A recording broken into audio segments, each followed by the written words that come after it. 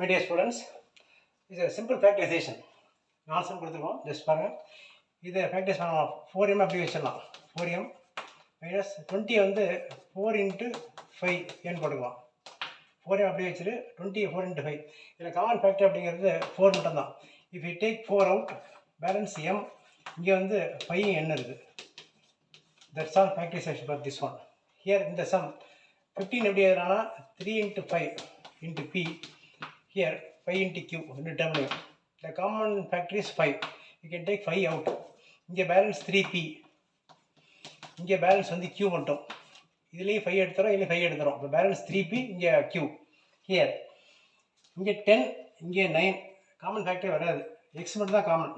இப்போது 10xy இங்கே plus 9x ஸ்கொயரில் x மட்டும் எடுத்தோம்னா பேலன்ஸ் 10y.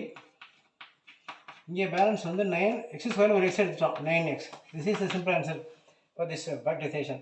ஹியர் 25 15 5 காமனாக இருக்கலாம். therefore equal to 5 into 5 u into v plus 3 into 5 u square. இது ரெண்டுலேயுமே 5 காமன், ஒரு யூங்கிற எழுத்து காமன். 5 காமன், ஒரு u common.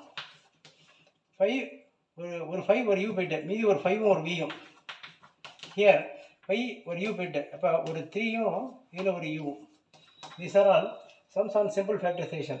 4 into m minus 5n, 5 into 3p plus q, x into 10y plus 9x, 5u into 5v plus 3u.